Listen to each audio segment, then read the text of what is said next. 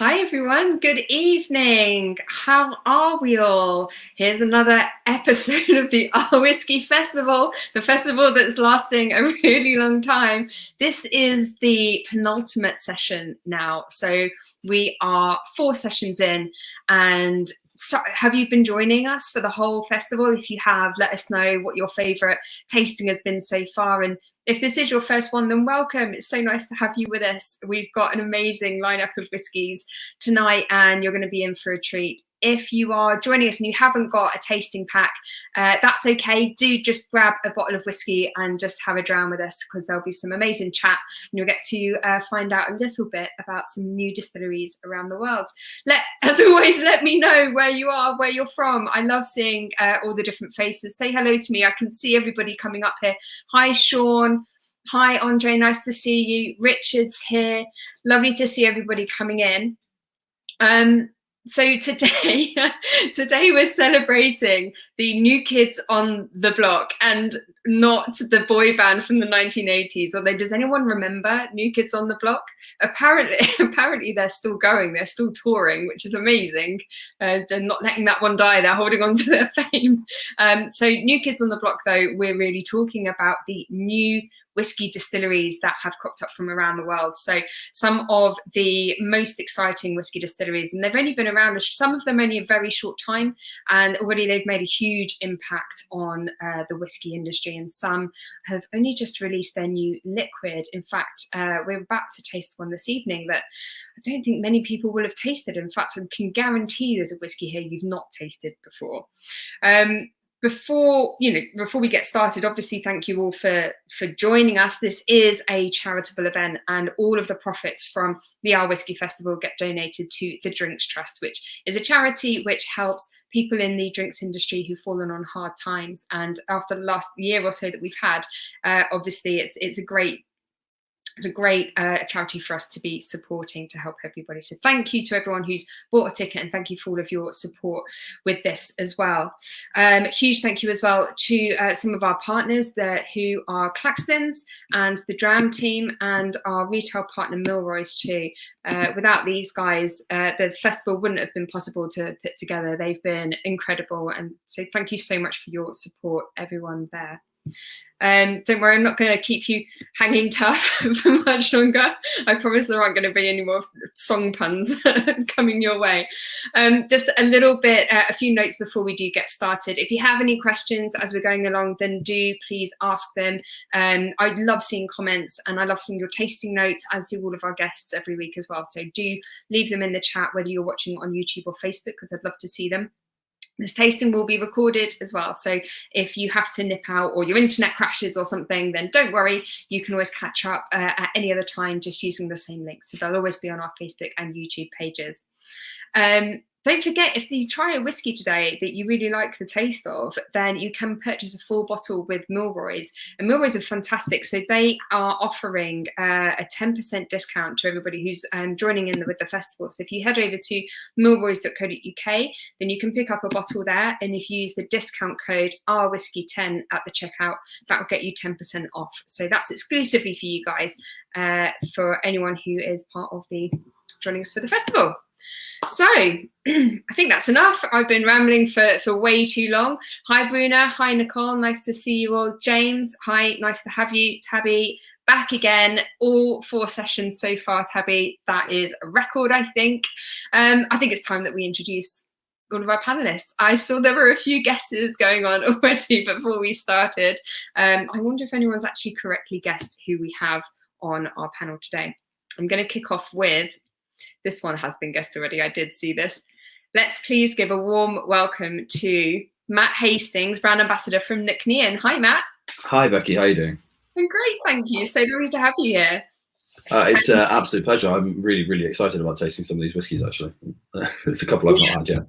Me too.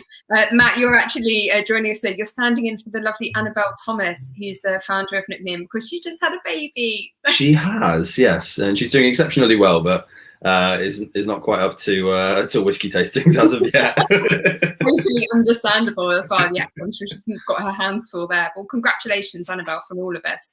Right, let's bring in our second guest. And I don't know if anyone's guessed this one or not, but let's say a huge welcome to Kelsey Bruce, Distillery Team Leader at Del Munich. Hi, Kelsey. How are you?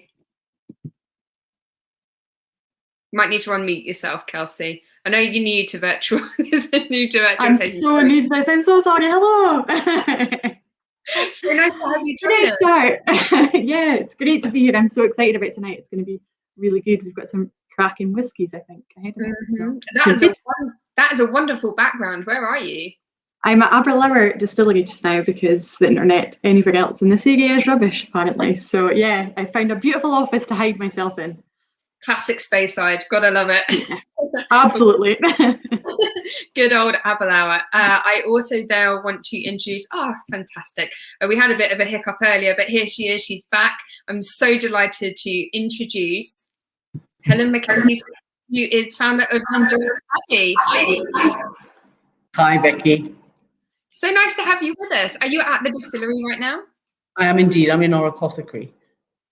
Apothecary. Okay, you're going to have to tell us a bit more about that when we get around to it. That sounds amazing. Looking forward to hearing more about the distillery and also getting to taste some whiskey. So, Lindora's Abbey. Told you guys were in for a treat today. Now we're going to move on to goodness to the other side of the world, even where it is super early. Please welcome lovely Sarah Elfman from Codrona Distillery. Hi, Sarah. Hi, everyone. Thank you for having me, Becky.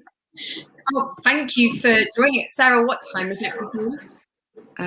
We're just coming up on 6 a.m, so I don't have a beautiful background. I'm not at work surrounded by whiskey. I've just kept the curtains closed. Well, we don't need to see the view behind you. We just need you yourself, your lovely face, and the free beautiful whiskey that you've got. Happy to be here. There's nothing like a dram at 6 a.m. Words out of my mouth. Okay, so that's 4 of our guests, and finally, last but not least, we are heading over to Israel, to Tel Aviv, and I was delighted to invite Toma Gorman to join us. Hi, Toma. How are you? Microphone, Toma. Let's try that. Get into it. You're going to have to do it yourself. We can't hear you, Toma. You have to unmute yourself. There you go. All right. Hello. Sorry. Hi, it's great to be here with you, and I'm very excited about the tasting, and I'm sure you'll find at least one good side of Israel. You know, we're not going to cover anything today. We're going to focus on whiskey, and it's just so nice to see safe and well, and it's so lovely to have you join us, Toma. And we wish everyone at Milk and Honey the best, and we hope that everybody just remains safe with what's going on at the moment. Right, guys, come on. I've been talking for a good 10 minutes now. We want whiskey. Let's get cracking on this. So let's get started. If you have a tasting pack in front of you, then you will have 5 wee bottles of whiskey like this, and they're numbered 1 to 5. So please crack open dram number 1, and we're going to ask the lovely Matt to introduce this whiskey for us, please. Wonderful. Hi, everybody. I really hope you enjoy this because I'm exceptionally proud of this liquid. So this is Nickneen. I believe it's batch 4 that we sent you out. Our batches are all quite consistent across the board. So even if you've got an old bottle of 1, 2, or even one of the new ones, 5 and 6 are out now. They're all built to the same recipe, the same kind of profile. To very quickly give you as much information about Nickneen as I possibly can. We are a tiny distillery on the west coast of Scotland. We are 100% organic, and everything about our distillery is designed to hit these 2 core pillars of sustainability and experimentation. So everything that we try and make has to fit into those categories in one way or another. From a sustainability aspect, we are an incredibly sustainable distillery, obviously. using 100% organic Scottish barley. So we're supporting Scottish biodiversity and Scottish agriculture, which is nice. There's not many distilleries who get to claim that, unfortunately, anymore. The distillery itself is powered 100% with renewable energy. So we have an on-site biomass boiler, and we harvest trees from the estates, chip them into wood, and power that. Use that to power our distillery. It always seems a bit counterintuitive to cut down trees and be better for the environment, but it genuinely is significantly better for the environment. Every other distillery in Scotland, more or less every other distillery in Scotland, is powered by fossil fuels, which is obviously not sustainable moving forward. Just by switching to biomass, there's a 90% reduction in carbon emissions from our distillery in the production process, which is an enormous saving. And if we can start seeing that rolling out across the industry, it's going to really make a big difference. I've just seen today that Aurora is now reopened with a biomass distillery, possibly after coming to visit us, which is a nice little step in the right direction for the industry as a whole. And there's obviously countless other things that we do to try and reduce our carbon footprint and be better for the environment. The bottle itself is 100% recycled glass. That in itself is a 40% reduction in carbon footprint. And again, reuse of post-consumer waste is a big deal. But the liquid, which is what we all are actually here for and what we want to taste. So the liquid in front of you is 3 to 3.5 years old. We use a combination of 2 cask varieties in it. So we use ex-bourbon casks and Jim Swan's Legacy, the Str Red Wine Cask. It's 65% Str Red Wine to 35% bourbon. The STR is an acronym, not to be nothing to be scared of. What we take is 5 to 7 year old Portuguese and Spanish red wine casks. We shave 2 millimeters off the inside of that cask and then re-toast and re-char the wood. And what that does is not only you're rejuvenating the wood, you're getting to a new layer that's going to impart more flavor. You're also going to be caramelizing some of those residual wine sugars that are left in the wood.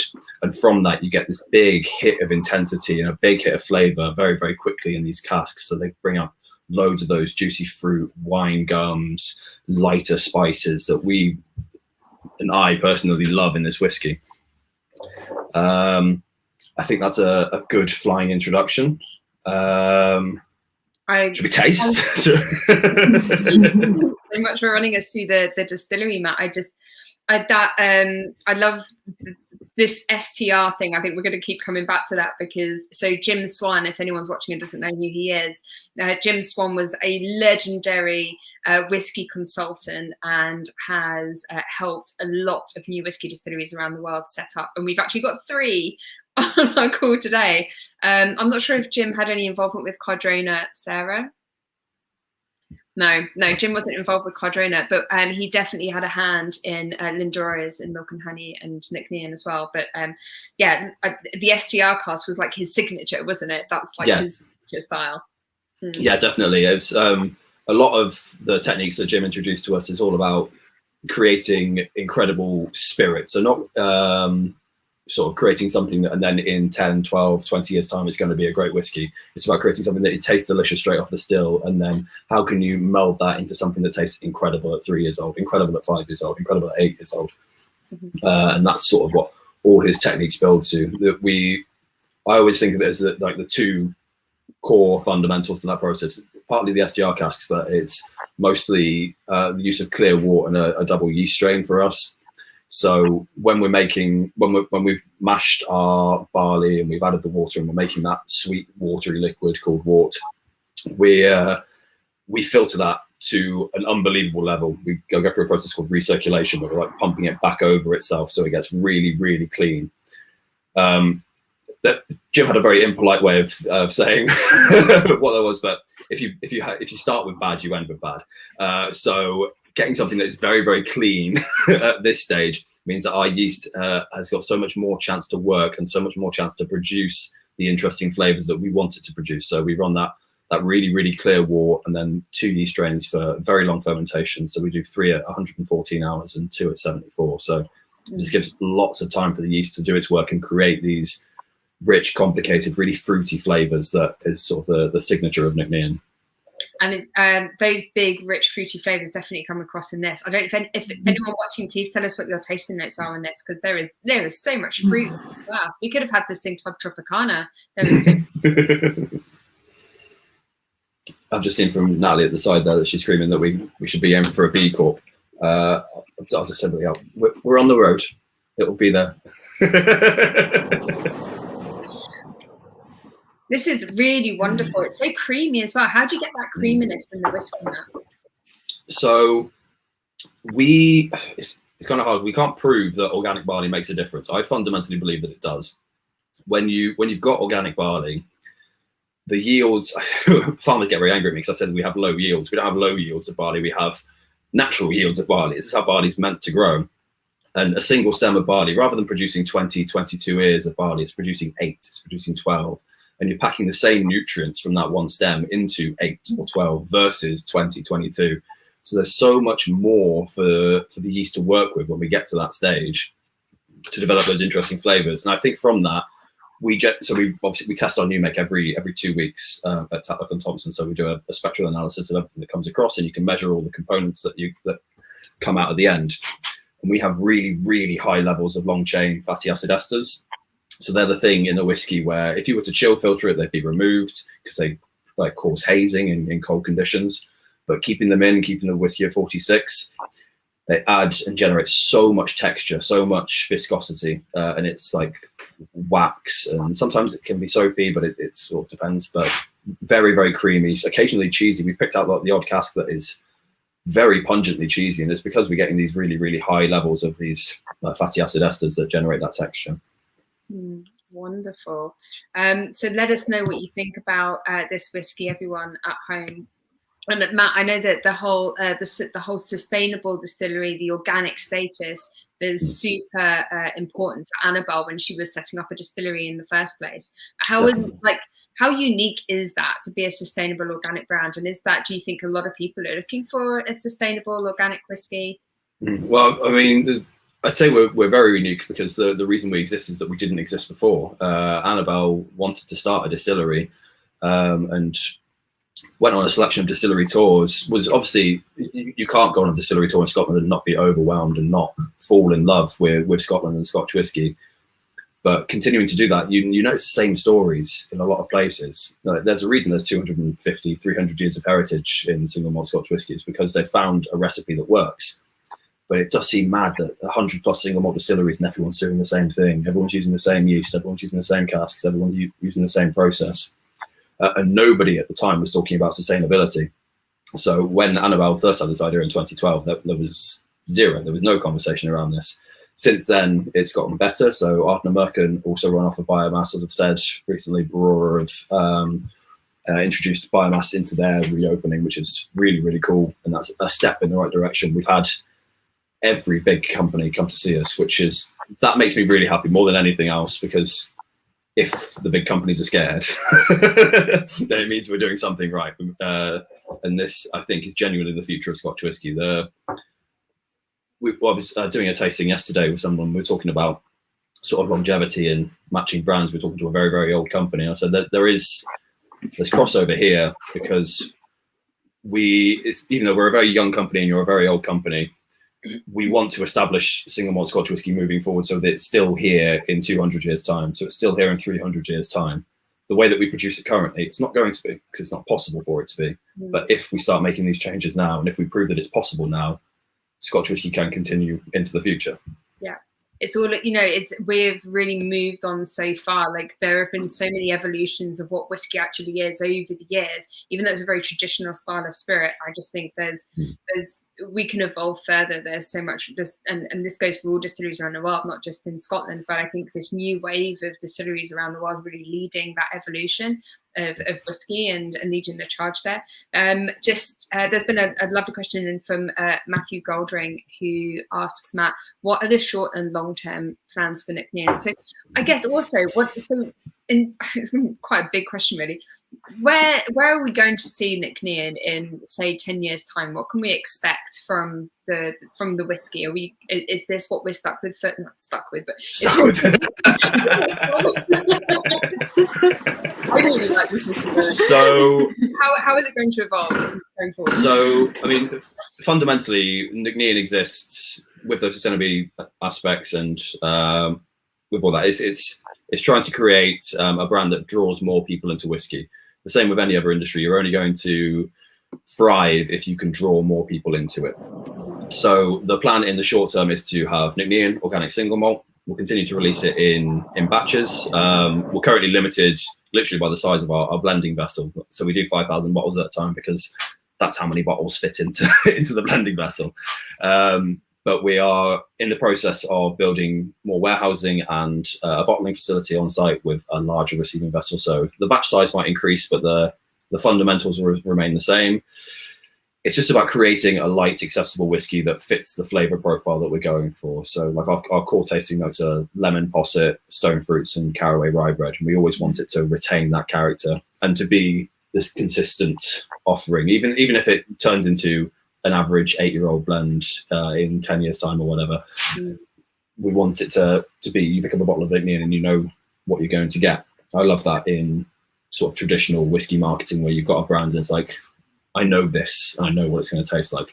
But we also, obviously, a core part of the business is experimentation. So we do want to release more interesting experimental things. So 10% of our production per year is dedicated to yeast trials and barley trials, where we just throw spaghetti at the wall and see what sticks. And it's sometimes it works and sometimes it doesn't. We've had some really, really fun experiments. I've got a couple of samples behind me there where we've tried like champagne and Chardonnay yeasts. They're about 3.5 years old now, and I've tasted those and they're good. They're very bright. They're very acidic, and they need a bit more time to rest. But we tasted a rum yeast trial at 2 years old, and if I could have bottled it then, I would. It's heaven, and it's so interesting and so different, but still familiar within the realms of single malt Scotch whiskey. That it would just be such a great thing to release and let the people see what we're doing, what we want. So the short-term plan is continue making this, slowly release all the fun things that we've been playing at, and then the long term is to change single malt Scotch whiskey as a category. We want to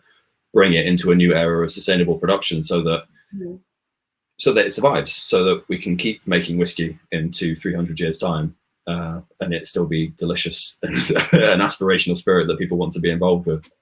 Big plans from Nicnean, bold plans.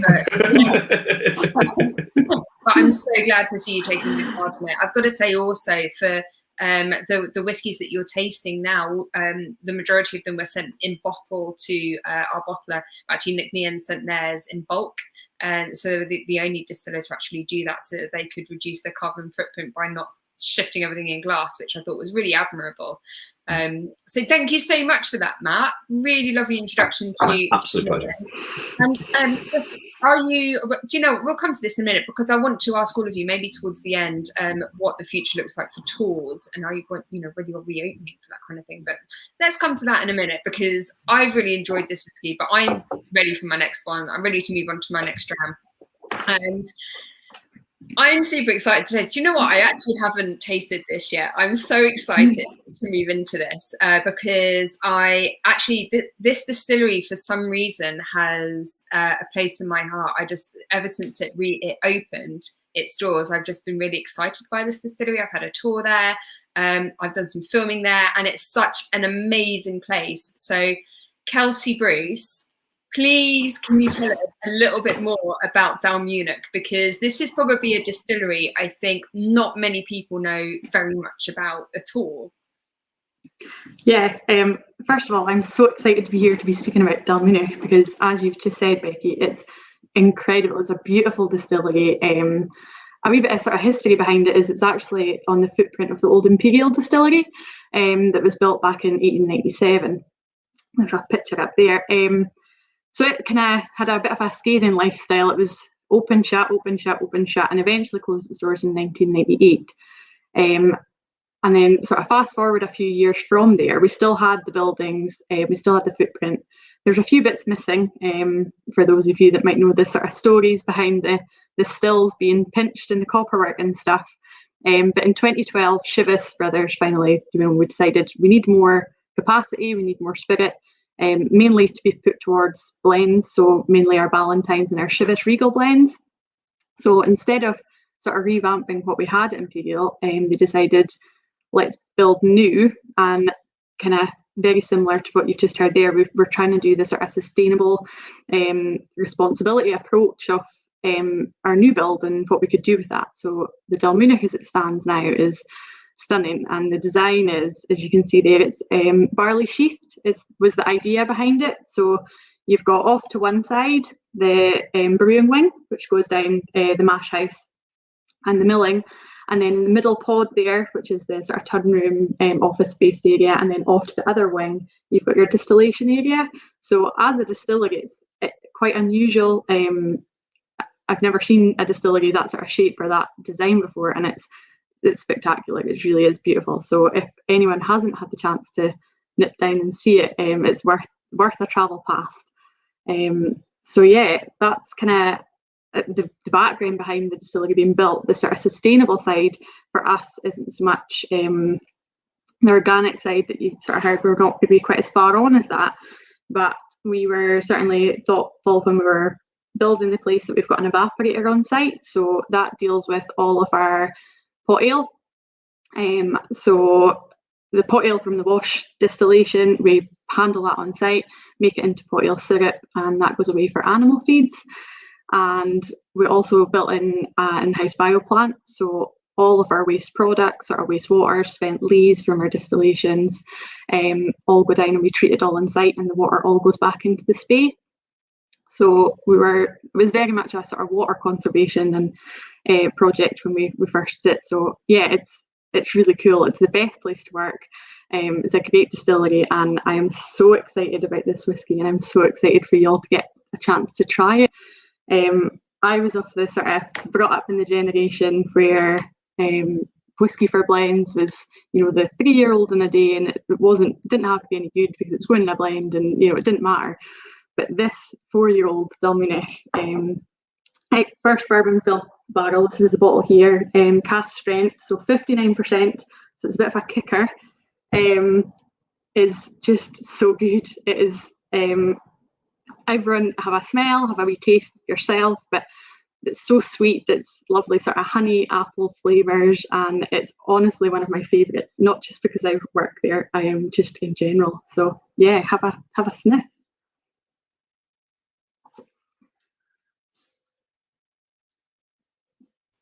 I was on mute this time. I'm glad it wasn't just me. Come on, we've all been there. We've all done it. You haven't lived in 2020 unless someone's shouted at you. Kelsey, this is such a delight to try it. And genuinely, this is my first ever time tasting this. So I really wanted Dalmunich in this. And again, you've got this. Tell us about the spirit character. Like, what style of spirit are you trying to create there? Yeah, so it was kind of typical Speyside. They were looking to have a resemblance to Longmorn. That was the idea when it was sort of first built, because that was what we were looking for the blends, that sort of style of spirit, that fruity. But I would say it's come on leaps and bounds from that, to be honest. Longmorn's great also, but it's sweet, it's fruity, it's soft on the palate, it's creamy, it's glorious. It's just great. It's like peaches and cream. That's exactly what I get. It's just so lovely on your tongue. Yeah, it's great. I'm trying to speak. My mouth is watering. It's so delicious. If you are tasting this at home and you're finding 59% is too strong for you, add a couple of drops of water. Absolutely, yeah. Don't be afraid to add a few drops of water. That is a myth in whiskey, that you shouldn't add water to your whiskey. Do if you want to, but my recommendation, and actually, if you've got your whiskies in front of you, you'll see a lot of them are in the high 50s or even 60s. So do add water if you need it. My recommendation is to nose it and taste it first, and then add water if you need to afterwards. And just be careful with the water, because once it's in your whiskey, you can't take it out again. So just take your time with that. And I would say definitely with this, a couple of drops of water really does change it completely. You get much more of a vanilla, creamy, maybe sort of fudgy toffee kind of flavour from it. And it's really lovely.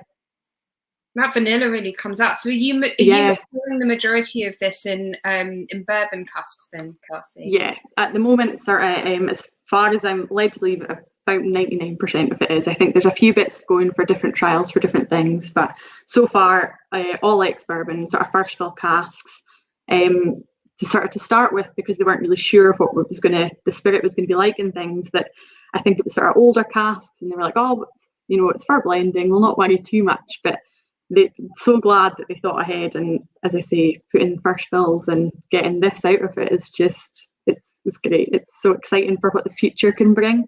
Oh, definitely.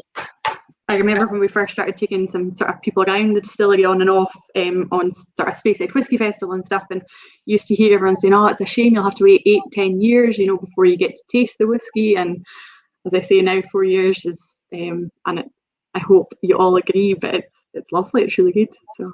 It's really delicious. And those of you on our panel who have a tasting pack as well, and I'm assuming this is maybe your first time tasting it, Matt and Helen. It is, yeah.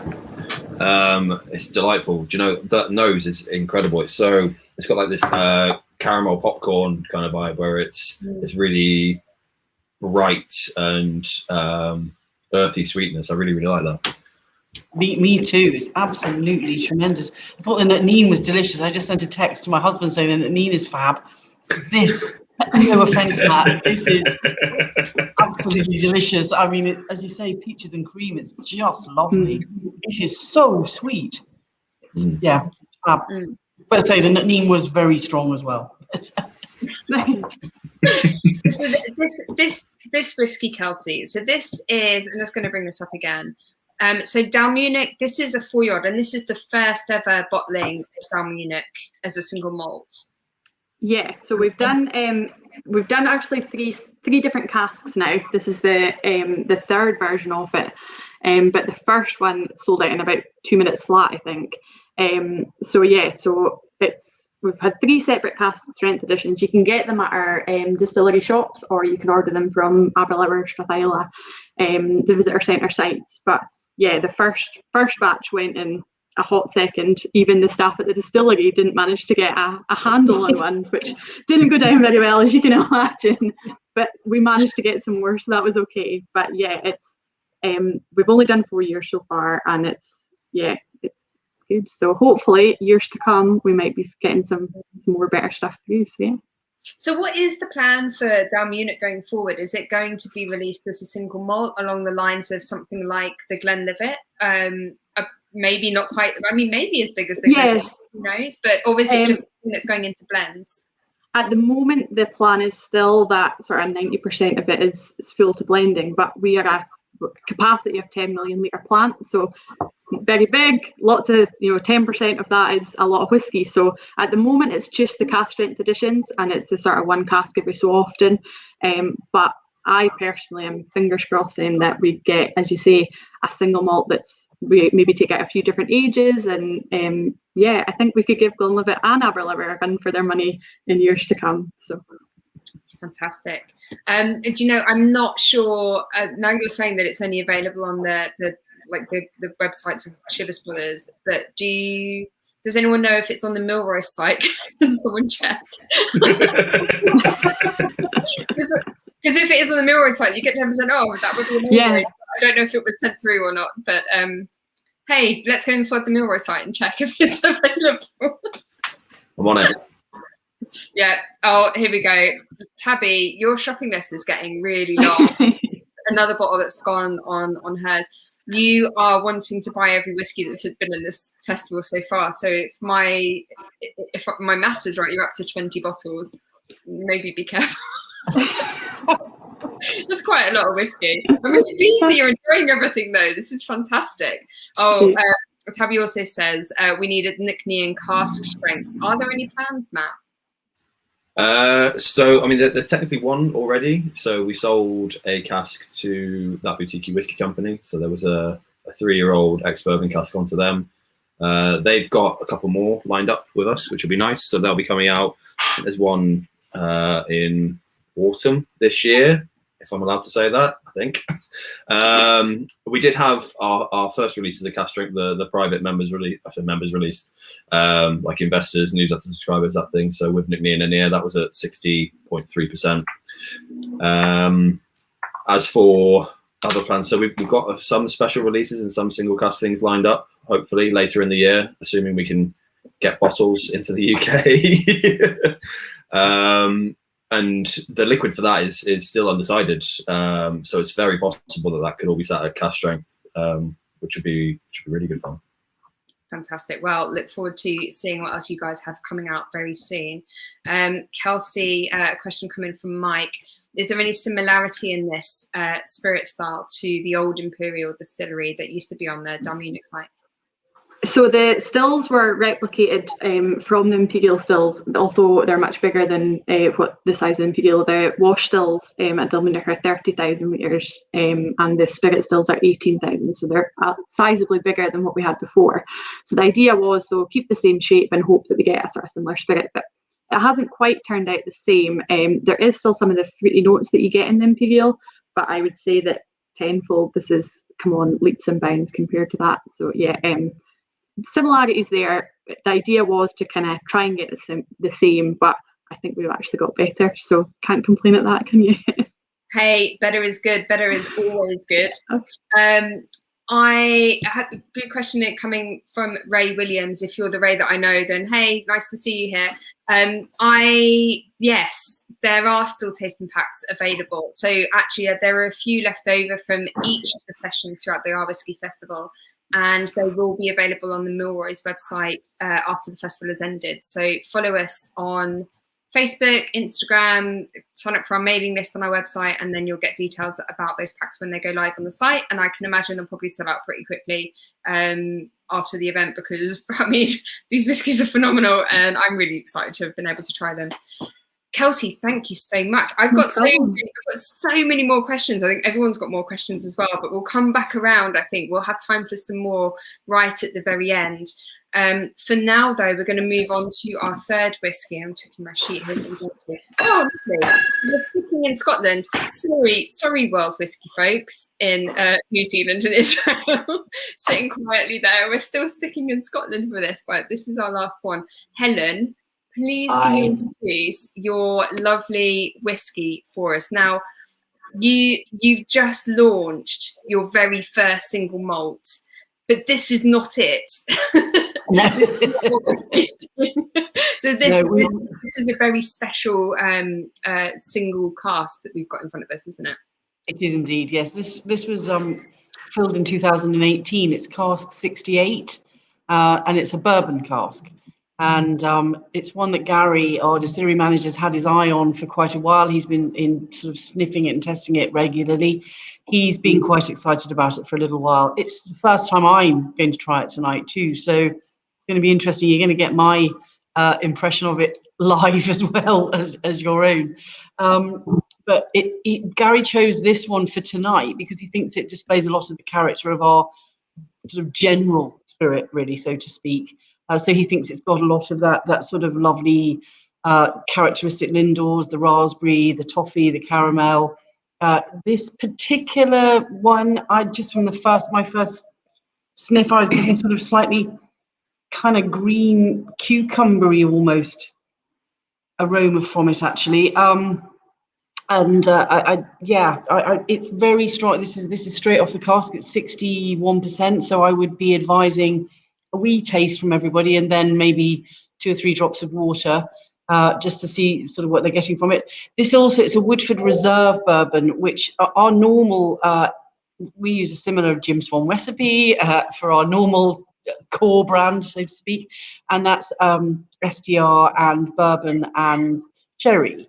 We've slightly tweaked the Jim. I don't know how many people know this, but unfortunately Jim died before our distillery was finished, and so he never actually tragically got to try anything from our stills.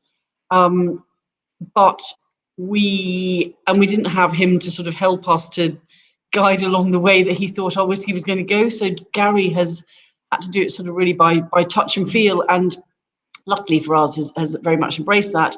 And so he has tweaked the recipe slightly. So we're actually slightly heavier on the sherry, which I was very anti because I'm not a massive fan of sherry casks, but I have to admit now our core is drinking really, really nicely. And we're very excited about the first release out in July, the first proper release, apart from the members one. So interesting to see. There are definite notes in here, but our normal bourbon is a Heaven Hill, and so this is Woodford Reserve, which is sort of slightly special one. But everybody have a little sharpness and say I'd love to just see what it's like first before I carry on going on about it. It's so bright. Is this a Jim Swan hallmark for creating really bright whiskies? Because he would be so proud of this, Helen. Well, huge amount of copper contact. Again, I don't know if anybody sort of knows this story, but Drew, my husband, promised Jim that we would build a distillery that absolutely wasn't a Disney distillery, because the slight problem with the story of Lindors is that it could be construed as a sort of Disney distillery because of its having this lovely history. And so people might have come along, tourists come along, bought one bottle, never bought another bottle. It wouldn't really matter whether the whiskey was any good. We were really, really keen for the whiskey to be as fantastic as it could be, because our dream was to build a fantastic whiskey distillery, not to build somewhere for people to come and go, oh, look at Friar John Core was here. And so he promised Jim he would do what it took. And the downside of that was that when Jim came back from Annandale, he said, I've had a great time at Annandale. He said, and I'm really pleased with the spirit that's coming off their stills. He said, but the thing is that there are 2 spirit stills. He said, and I want you to do the same here. And Drew thought, oh, well, maybe it'll just be like twice, like halving the price of a spirit still, a big spirit still. But unfortunately, it wasn't. It was twice the price. We have 2 spirit stills, and Jim believed that created far more copper contact, which we believe it does too. And I think that definitely lends itself to some of the brightness of the spirit. Yeah, I think it's a little bit of, so I'm going to put my headphones in just in case. If everyone else is silent, aren't they? Yes, muted. Okay. Oh, maybe that's better. Okay. Let's see how we go. So it's the spirit is double distilled, even though you have 2 spirit stills, it's double distilled. So how does that process work, Helen? Well, all that happens is as it comes out of the as it comes out of the wash still, it just splits in half, and so it goes up into 2 spirit stills, and so it's not going through twice. It's just going through the 10,000 liters is going through it in half. 5,000 are going through each still individually. And that's to increase. Yes. Okay, great. And just for people, I'm going to put these in just in case. For people who aren't aware of the history behind Lindors, can you explain a little bit about who Friar John Core was and why Lindors is such a monumental distillery, a monumental place for a distillery to open? So Friar John Core was a monk of Lindors who back in 1494 made aquavitae for King James IV. And it's in the Exchequer Rolls, so it's the first time, it's by no means the first time that anybody made aquavitae, which is our modern version of whiskey, but it's the first time it's recorded as being done. And so it's the first time anybody paid duty or tax on it. And so, as Drew likes to say, it's the only reason we ever have to be grateful for the taxman. Lindors has a beautiful ruined abbey in the garden, which is where the monks lived and worked. And so about 20 years or so ago, Michael Jackson, not the singer, the whiskey and beer writer, pitched up at our door and asked Drew's father if he could wander around the ruins, and Drew's father said, yes, knock yourself out. And about 6 weeks later, a really fantastic book arrived, and it said, look at page 62, and on page 62 it says, to the whiskey lover, it is a pilgrimage, and he was talking about Lindors Abbey. And so really, his initial interest was to build a visitor centre that was really to do with we wanted to sort of bring all of the distilleries of Scotland together, and it would be sort of a generic visitor centre, but obviously there was not really any scope in that. And so after 20 years of fundraising and working and that sort of thing, we eventually raised the funds and found some good investors to build a really fantastic distillery here instead of a visitor centre. Gosh, so your distillery has been 20 years in the making. Yes, well, actually, my youngest daughter is now 23, and she wasn't born when we started. So yeah, it's been a little over that actually. Wow. Well, congratulations. And I'm so happy to be tasting this spirit because, and those of you at home as well, this is quite a monumental occasion because nobody outside of your membership club, the 1494 club, will have tasted whiskey from Lindors. So you are amongst the first to be tasting any whiskey from this new distillery. So cheers, Helen, and to Drew and the whole family, the whole team as well. Congratulations on a remarkable spirit. It's so delicious. There's some lovely tasting notes come in as well. Tabby again with her amazing tasting note. Palate is like a spicy cherry bakewell. Oh, lovely. Well, I think lemon meringue, so very, very good. We're in pudding territory, so I'm happy to sit there. Medicinal herb on the nose. I do you know what? I get that medicinal note as well, definitely. Nicole added a bit more water and revealed a bit more of a toffee note. Absolutely. I agree. I added quite a bit of water to this because 60% was quite in the face, especially when I'm presenting and I don't necessarily want a huge amount of whiskey in my face. I added more water, and it's definitely a lot more toffee caramel sweetness coming through. Yeah. Really lovely. Congratulations. And thank you, Gary, as well for taking this out of his cask as well. So from what you just said, Helen, is that the more widely available single malt from Lindors will be in shops from July. Is that right? Yes, absolutely. And what can we expect from that whiskey, and how different will it be to this? It's not hugely different. It'll still have an awful lot of that toffee caramel, but it's quite ripe. It's quite tropical fruity though, really. It's got a lot of ripe banana. It's got an awful lot of, as I say, Fifey sort of fruits as well. So raspberries and that type of thing. The monks were very, very famous for bringing fruit growing to Fife, plums, apples, pears. And we really were hoping for a spirit that could take on some of those characteristics. And we like to think that we succeeded in that. Awful lot of, I think the sherry notes are doing that. And say, against my better judgment, that larger use of a proportion of sherry into the blend of the three, of the STR, the bourbon and the sherry. It's amazing how just something will just bring a whiskey to life in terms of a blend.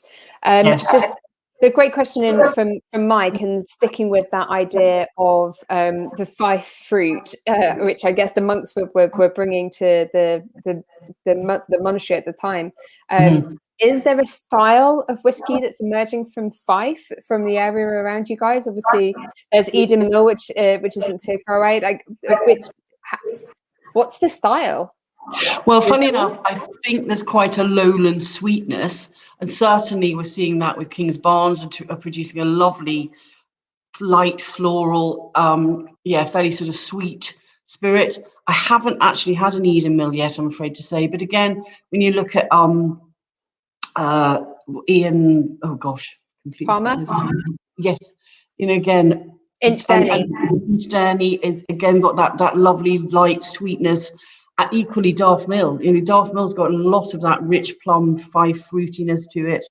So yes, I think there probably is. And gosh, I had a long conversation with a gentleman yesterday about terroir, and I don't really buy into that type of terroir with whiskey, because barley's not in the. You're not talking about a vineyard where the vines are in the ground for years and years and years. Barley is, everybody remembers crop rotation from school. Barley is not in the ground, it's not in the same field for that long.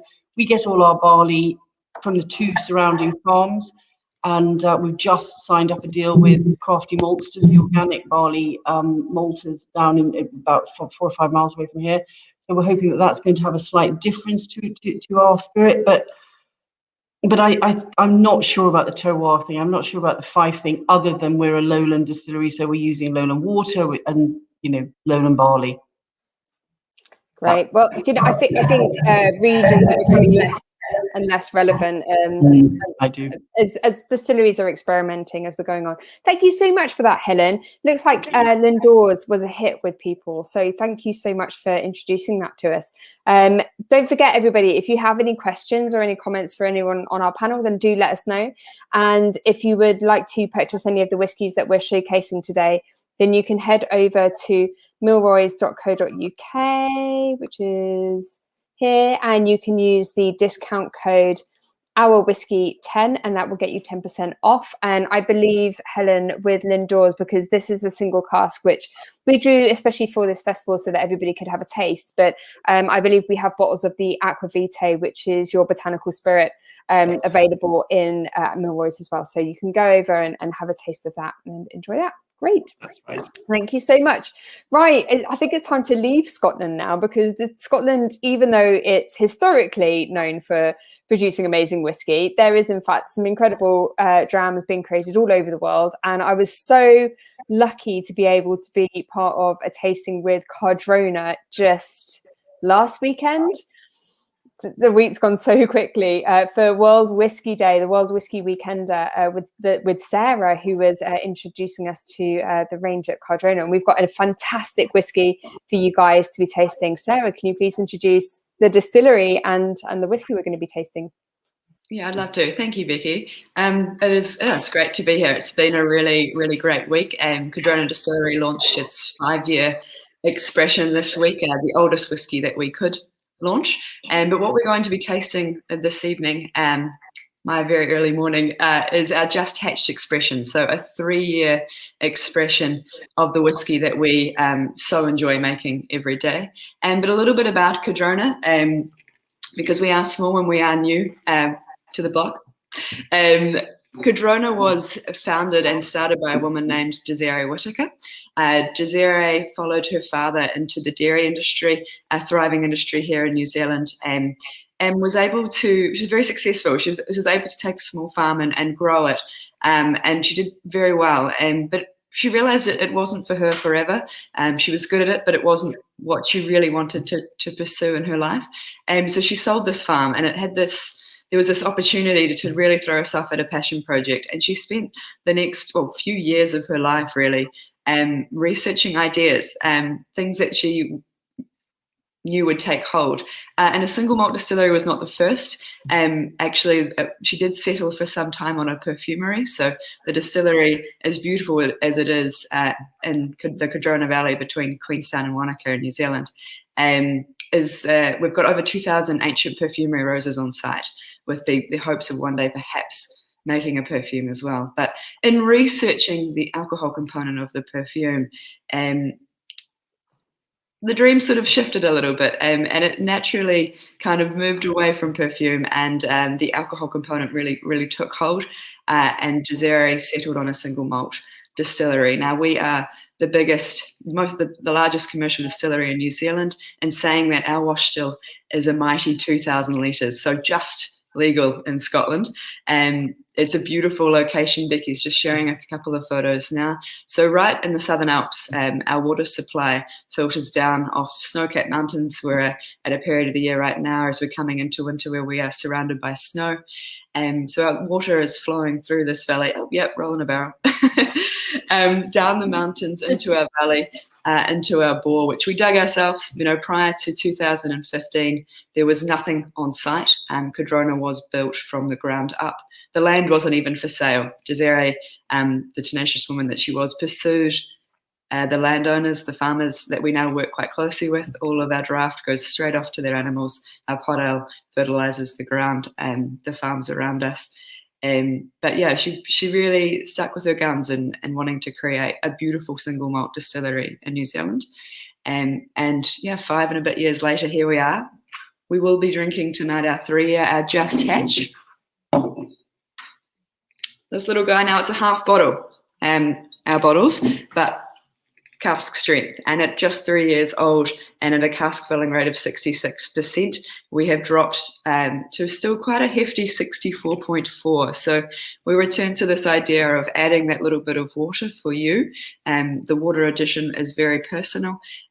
As Becky said, I do recommend really getting your nose in there and having just the smallest sip neat. But then add water in a way that you can kind of wade through the strength of those alcoholic vapors and find the character of Cardrona. We really prioritize copper contact as well. Short, squat, small still. It was made by Forsyth, so I'm fortunate enough to have visited that Speyside neck of the woods. but lots of copper interaction.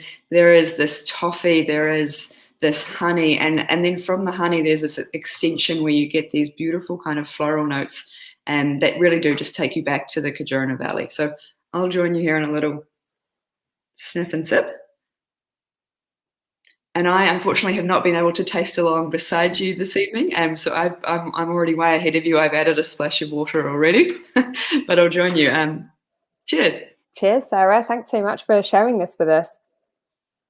I'm such a big fan of Just Hatched. This is such an interesting whiskey. I was lucky to taste this at the whiskey show when Ash, Desiree's husband, came over and shared this with us when I was previously working with ScotchWhisky.com. He was part of a special pop-up room that I put together. And it was so nice to actually be able to try this. And I've been in love with Cardrona ever since. It's such an interesting style of whiskey. And again, I don't know if anyone's seeing a common theme here between these three, but that copper contact and that big fruity floralness, I think, is a Jim Swan signature.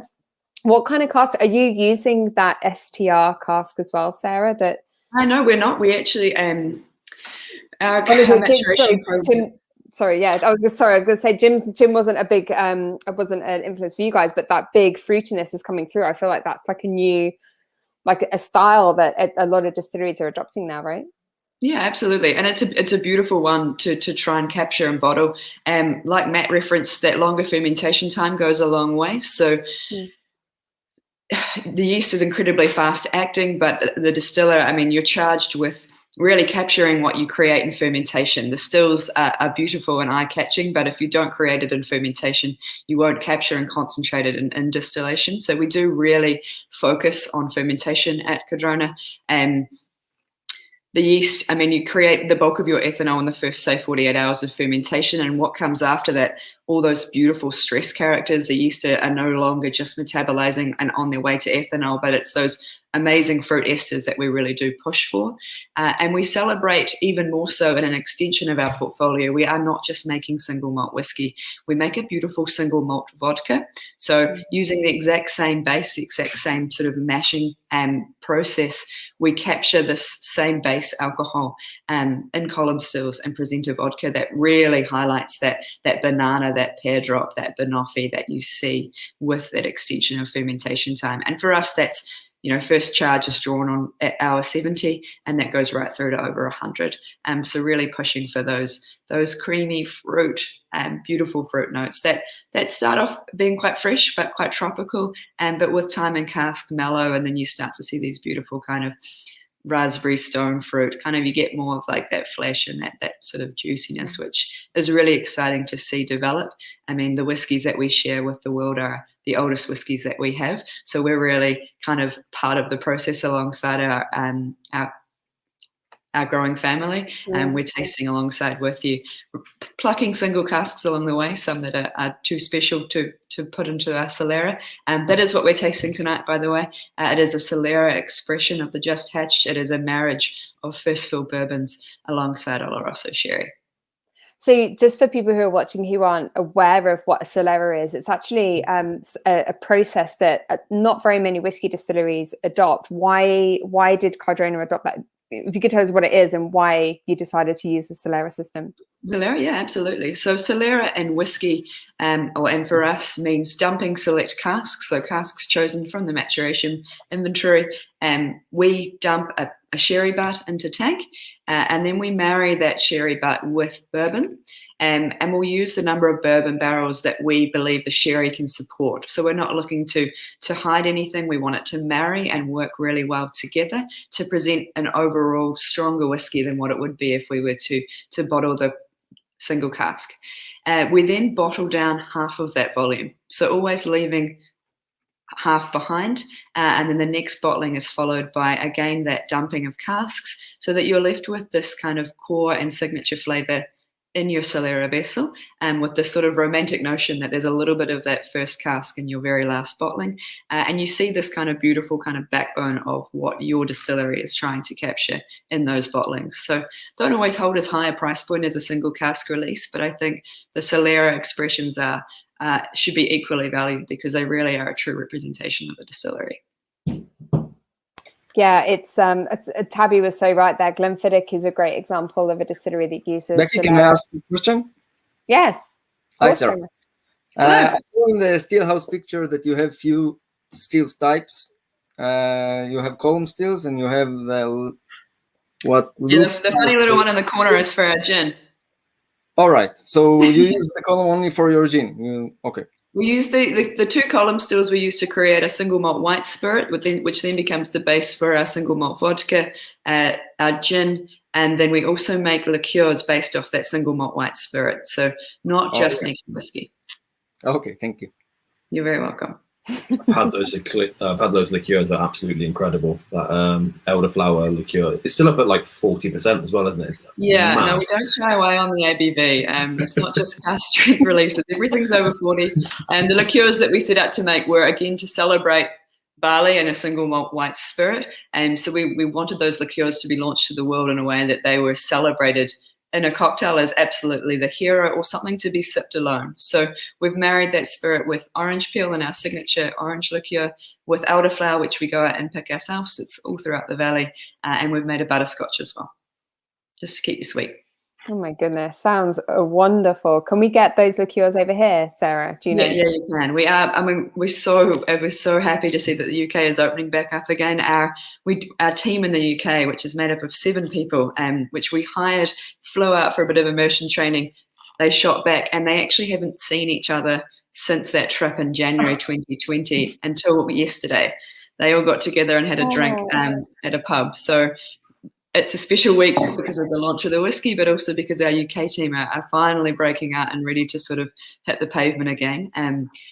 So you should be seeing more and more of Cardrona in the UK, which is incredibly exciting for us. Hugely exciting. You also have a new launch coming up as well, which we couldn't get in time for the festival, but you have your new Growing Wings, which is available in the UK very shortly. Can you give us a brief overview of what we can expect from that? So Growing Wings is an extension of Just Hatched. What you're tasting tonight is 3 years in oak. Growing Wings will be a celebration of 5. It is on the water. It should have been there already. I'm watching that ship move across the screen.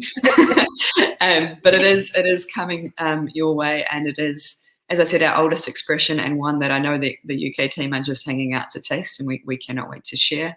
The connection to a bird, a New Zealand falcon, comes about from the fact that Desiree, when we started, had no intention of launching her first whiskey until it was 10 years old, and we were going to wait until 2025 to release a whiskey to the world.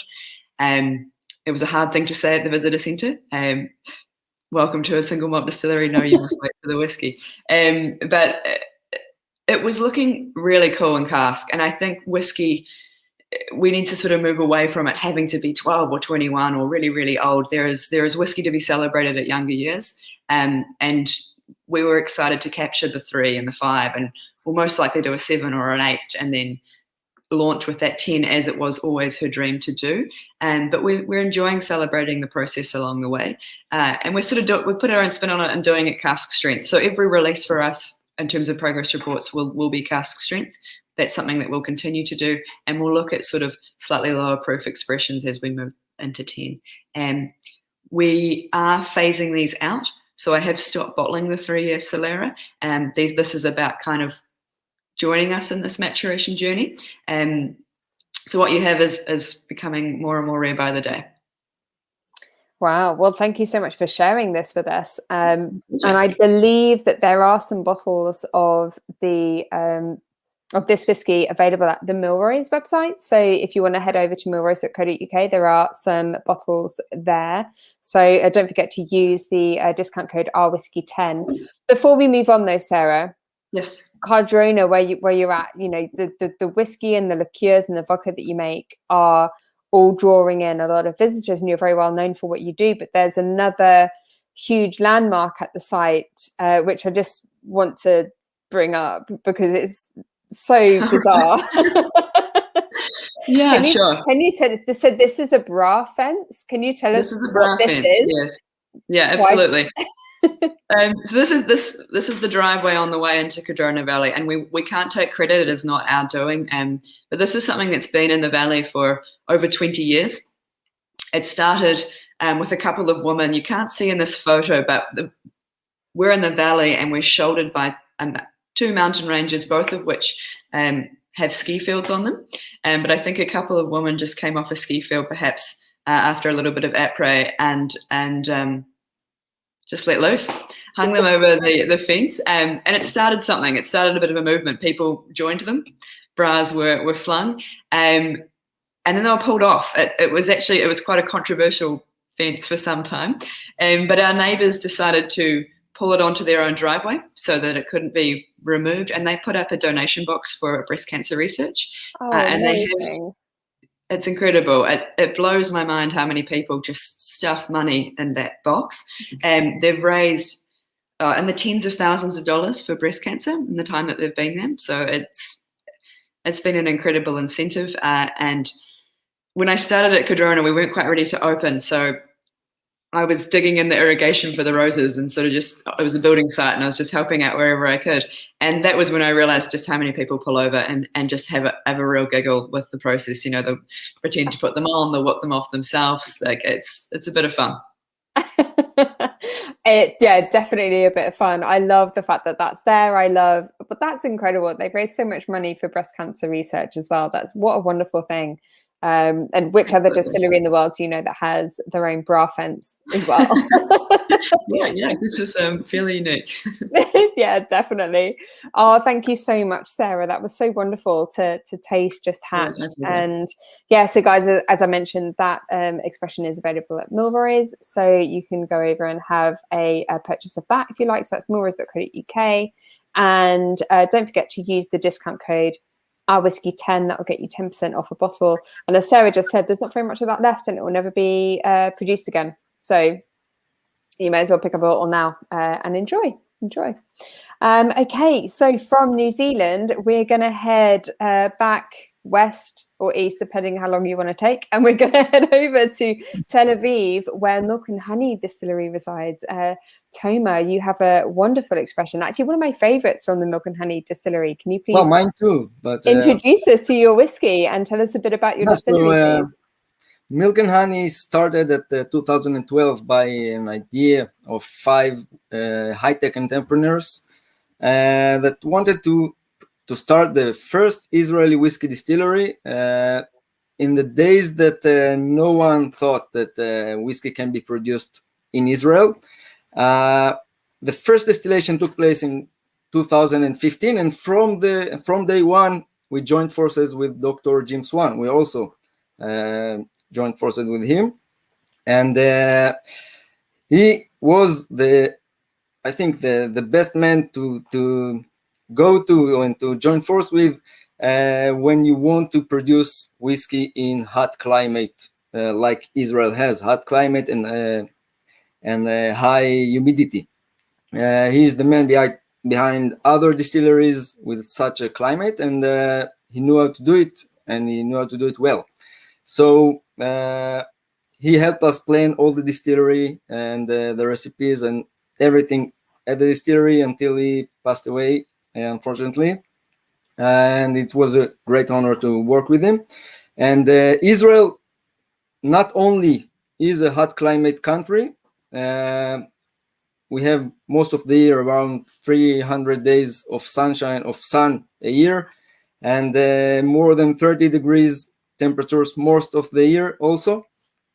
But we also have 5 different climate zones in such a small country, and that's very interesting. We are able to mature whiskeys in 5 different climate zones and see the differences between those whiskeys, and that's fascinating. I think this is one of the things that Jim Swan liked the most. It's a great playground for whiskey maturation. And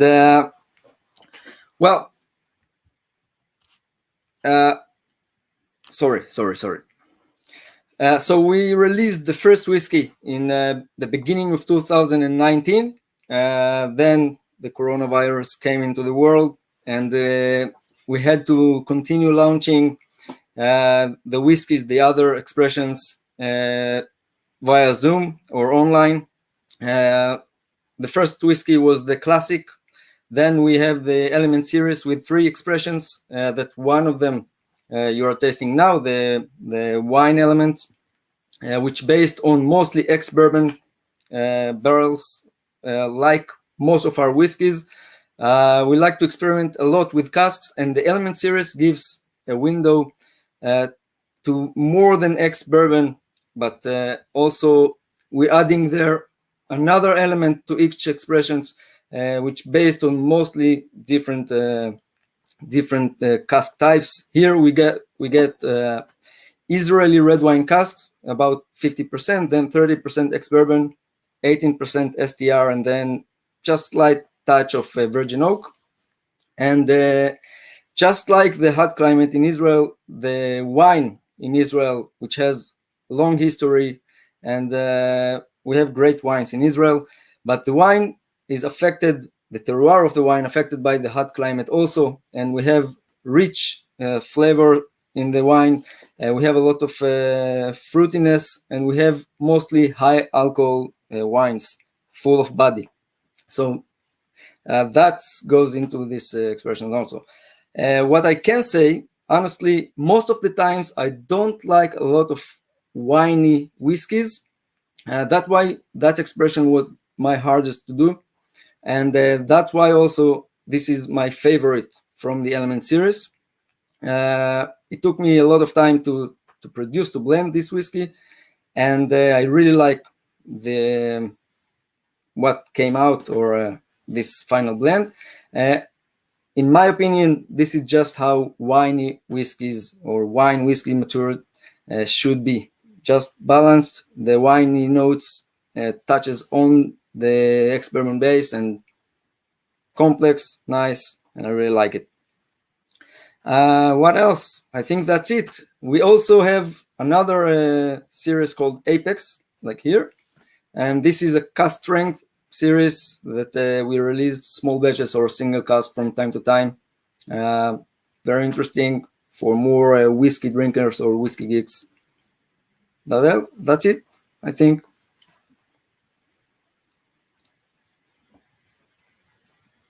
Becky, you are unmuted. Thanks, Toma. Twice. Oh, do you know what? We should have muted bingo. That would be a drinking game, I think. Maybe we should introduce that for the next festival, if it's virtual. What does everyone think of this whiskey? I actually find it out of the Elements range, Toma, and I'm so pleased and grateful to have been able to taste the whole range. This is actually one of my favorites, the red wine cask. As you say, it's not too winey. There's there's so much fruit coming through. There's some really lovely tasting notes. I'm going to pick one here. Taste that bubble gum. It really does. It does fill your mouth with flavor, and that fruitiness comes through. It's quite meaty in a way. Do you maybe have less copper contact than Jim would have liked, or do you really amp that up? No, actually, we have a lot of copper contact, but what we had to do because of our short-term maturation, we know that we are going to mature the whiskey for 3, 4, maybe 5 years, and that's it. And this whiskey is actually more close to 4. And that's why we have to cut really high, not to have a lot of fans inside the whiskey, because we will not have a lot of oxidation time. But the line arm goes 45 degrees down. So we get body, we get oiliness, and we get a lot of flavors inside the whiskey. It's really delicious. You obviously mentioned that the climate in Tel Aviv is extremely hot, but what would you say is, this is a question that came in from Sean. What would you say are the main challenges of distilling in a hotter climate? Is it all just the maturation, or where else do you feel those challenges? Well, I think the distillation process is much like the same like other places, but the maturation, the rapid maturation, is really a challenge, because it is an advantage. We don't have to mature for a long time, but we do have to keep the casks, to monitor it, and to taste the cask much closer and much more than other countries. So it's a challenge. We have to work with the cask and not let them rest. And you've been doing actually a lot of experiments with maturation, particularly with your climate as well, because you've been maturing some casks at sea level too, just to see what the difference is. Can you tell us what about that experiment a little bit? Well, the most interesting place that we are maturing casks right now is at the Dead Sea, which is the lowest place on Earth.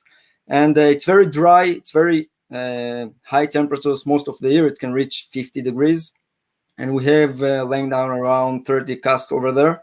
And that's fascinating to see the differences, which are more extracted by the flavors, and really the cask react really differently in each climate zone. Would you still be using the same kinds of casks in both locations, or do you think certain casks are more suited to a different climate? Well, what we can see that each climate zones can be matured different or good for different cask types. Each cask type is better in other climate zone. And for example, at the distillery, I really like the ex-bourbons, but the ex-bourbon doesn't give really good results at the Dead Sea because of the high extract of the flavors. Wine casks are really good at the Dead Sea. That surprised me, but I really like the wine cask from there. But this one in particular wasn't matured at the Dead Sea? No. The Dead Sea expression will be released in the Apex series, and it will be released around August, I think. Okay, great. The Apex series I got to taste recently with you guys, another virtual whiskey launch, which you guys must be so used to. Everything you've done has been virtually. You've done a great job of doing it as well. And I guess actually for everybody who is on our panel today, it's, your whiskies have mostly been launched virtually in this new weird time that we're in. I'm going to put this to all of you. How have you found operating and launching new expressions during this period, particularly as new distilleries, because you're not well-known brands, and this must be so different for you. Matt, I know you've got something to say on this. Well, for me, I've never known anything different, which is which is quite nice. So I spent 15 years working in the on-trade before moving into this kind of multiple role within Nugnean.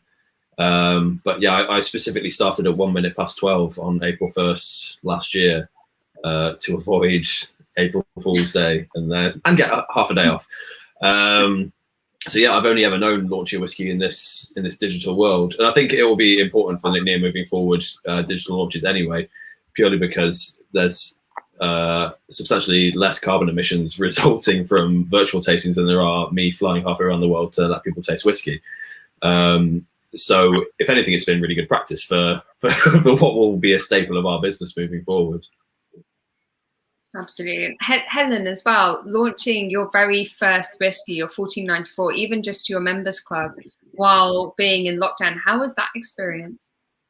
Well, actually, I think just to echo Matt, it was better really because I think in a way it gives everybody a level playing field. So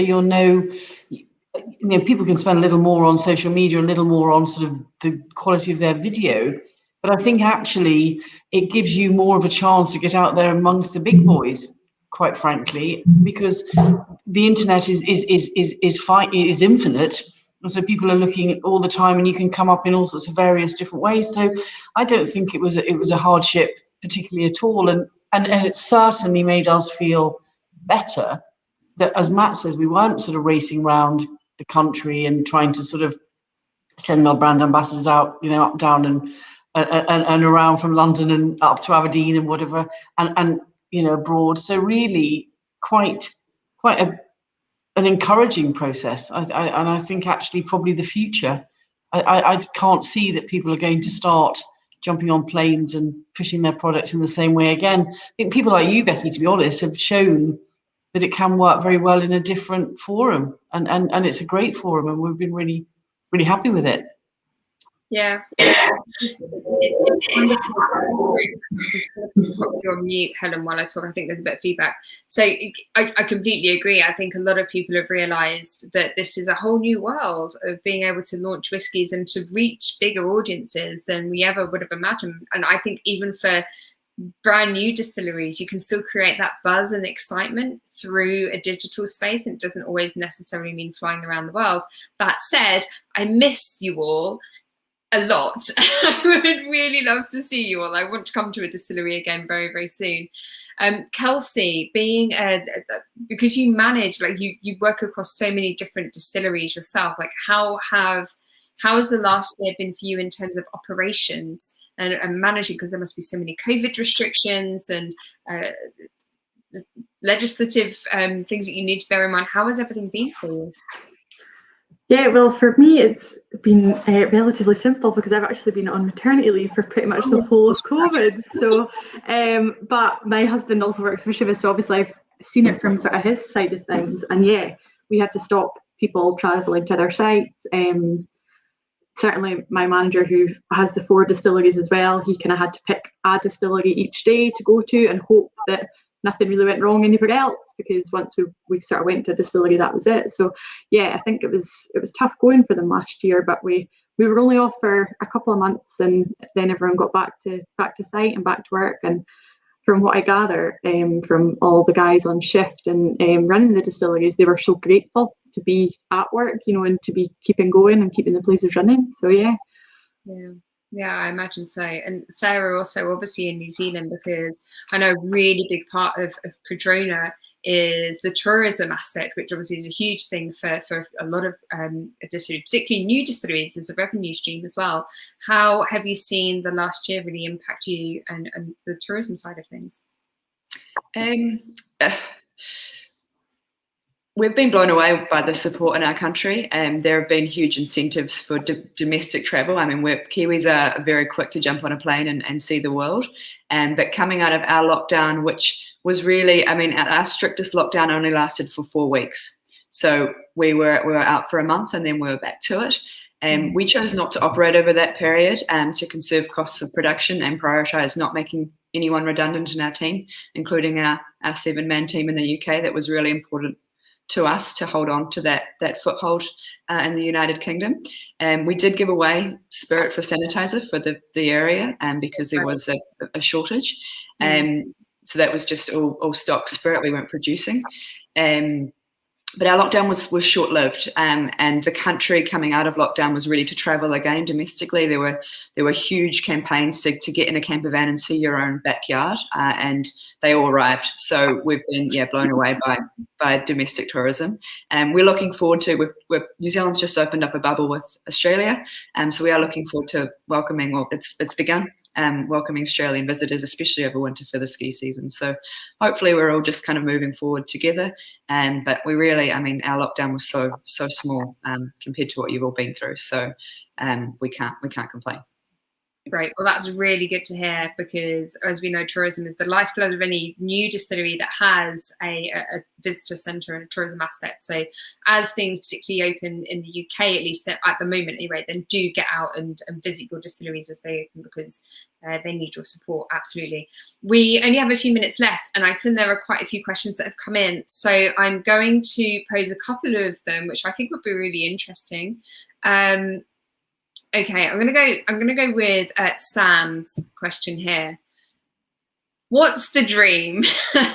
Where do you see yourself in 10 to 15 years time? And I guess what you mean by yourself is your distillery, your brand. So I'm going to quickly go in clockwise around the screen. And I know, Matt, you touched on this briefly earlier on, but where do you see Nick Nean in 10, 15 years time? Probably annoying the SWA with something. Trying to find something that will help move Scotch whisky forward, ideally. Whether that, I mean, there's so many issues around like packaging and some to do with production. There's lots of things that we just love to change, and it's very, very difficult when you've got a distillery that makes 100,000. When you measure your distillery's LPA in thousands rather than millions, when you're so small, in exacting any kind of change is very, very difficult. But I'd love to get a reputation that we could we could build upon and make changes that we want to see in the industry moving forward. Great, fantastic, love it. Kelsey, how about yourself? What's the plan for the other Shins distilleries? Yeah, I would love to see Dalmanook being, you know, a standalone single malt, and obviously we're put into blends, and that's great because they're a big part of our portfolio. But I want to see Dalmanook sort of excel on its own and, you know, really soar. And I think potential's there. We just need to keep making the good stuff and keep doing what we're doing. So yeah. Agreed. Love it. Can't wait to see what happens. Helen, what's in 10 to 15 years for Lindors? Well, I'm really hoping that it's one of those things that people will just recognise us amongst the big boys. So, you know, people will go into a bar and say, I'll have a Lindors. But I think on a personal basis for Drew and I, we would really like to continue to be known as a distillery that converts and develops the young people. Newborough's a very underprivileged, very poor community, and we'd really, really like to continue the work that we think we're doing with the young staff and developing and bringing them on and then being a big employer in the area. Fantastic. Love it. Can't wait to see what you come up with in the next few years, Helen. Keep at it. It sounds like a fantastic initiative, and love to see the support of young people coming into the industry. Sarah, how about yourself at Cardrona? Next decade, what does it bring? I'll say, Helen, that's really awesome. I think distilleries are well suited to injecting life and employment opportunities into rural communities. So that's really cool. For Cardrona, I mean, we're still so young. I think what we'd love to do, or we need another barn because we're running out of space. We'd love to actually malt barley on site. We'd love to extend that process from not just bringing in malt, but to actually really have a connection to the grower and to malt on site. That would be the absolute dream for Cardrona. We're at an exciting time in New Zealand whisky history where we're currently defining what New Zealand whisky means, which is really exciting. So we have this kind of canvas and this opportunity to do it right and to think about the future and deciding on those guidelines and not just looking to the past and being extremely and strictly traditional. And we have this really exciting opportunity, and I'm just very grateful to be a part of it and as is Cardrona to be part of defining what New Zealand single malt means. Super exciting time for New Zealand whisky. It's phenomenal. I can't wait to see what else comes out of your wonderful country. And I spent quite a bit of time there myself, actually, as a young backpacker. It's a beautiful country. It's so nice to see whisky becoming such a important spirit to New Zealand. Toma, what's in your country for the next 10 years, 10, 15 years or so? Well, we are now in already in 25 markets around the world, and I hope in 10 years to be in many more places around the world, letting people drink good rums of Israeli whiskey and developing the category of Israeli whiskey. And I'm sure we'll succeed on that. I'm sure you will. Wow, 25 markets is incredible for such a young distillery. Yeah, that's awesome. The export team doing really good job, and the marketing team. Well, congratulations to all of you, actually, because what you've achieved in creating such amazing whiskey. I actually believe that these days, like the new tranche of distilleries that are coming through are actually, the focus is really on creating phenomenal spirit rather than letting the wood speak for the whiskey. You're letting the spirit speak for itself, and that speaks volumes in the whiskies we've just tried. These are 3 or 4 years old and they're just phenomenal. I think I'm blown away by these whiskies. I hope everybody at home is also thinking the same. I'm sure you are by all of the comments that we've had coming in. So round of applause for you guys, because this has been fantastic, and it's not easy to set up a distillery. Let's be honest, it takes a lot of money and a lot of hard work and a lot of trial and error, and a lot of that kind of don't give up spirit. So spirit in more ways than one. So really well done. This has been wonderful. We've done 90 minutes now. So oh my goodness, thank you so much. Can we please say thank you to our wonderful panel, to Matt Hastings, Kelsey Bruce, Helen Mackenzie-Smith, Sarah Elsom, and Toma Goran. Thank you so much for joining us and for sharing your lovely whiskey with us. Thank you for having us. Thank you very much. Thank you all for your comments, guys. They've been great. Don't forget, guys, if you're watching at home, one of you has a golden ticket in your tasting pack. I haven't seen anyone say that they won it yet. I know who it is, but just to remind you, if you find a golden ticket in your tasting pack, that means you win a bottle of whiskey, and you can choose any one of these whiskies to have yourself complimentary. So congratulations, it's a wonderful thing. Let me know. So message me, get in touch, and let me know that you've got your ticket. Next week is the very last session of the OurWhisky Festival. I can't believe it's come to an end already. It's next week is Wonka Vision. Wonka Vision is basically a ton of whiskey paired with some incredible chocolates and sweets and treats and things. And the packs have been flying out of the door, but I do have a few left. So if you did want to grab hold of one of those, then head over to OurWhisky.com and pick up one of those packs. And his website. Join us for the very last session of the OurWhisky Festival, and don't forget, all the money goes to a really great cause. Thank you everyone for joining us. This has been really wonderful. It's great to see you all, and I'm going to raise a glass. And actually, it's empty because we drank all the whiskey. But cheers! Thanks everyone for joining us. Cheers. Cheers. Thank you.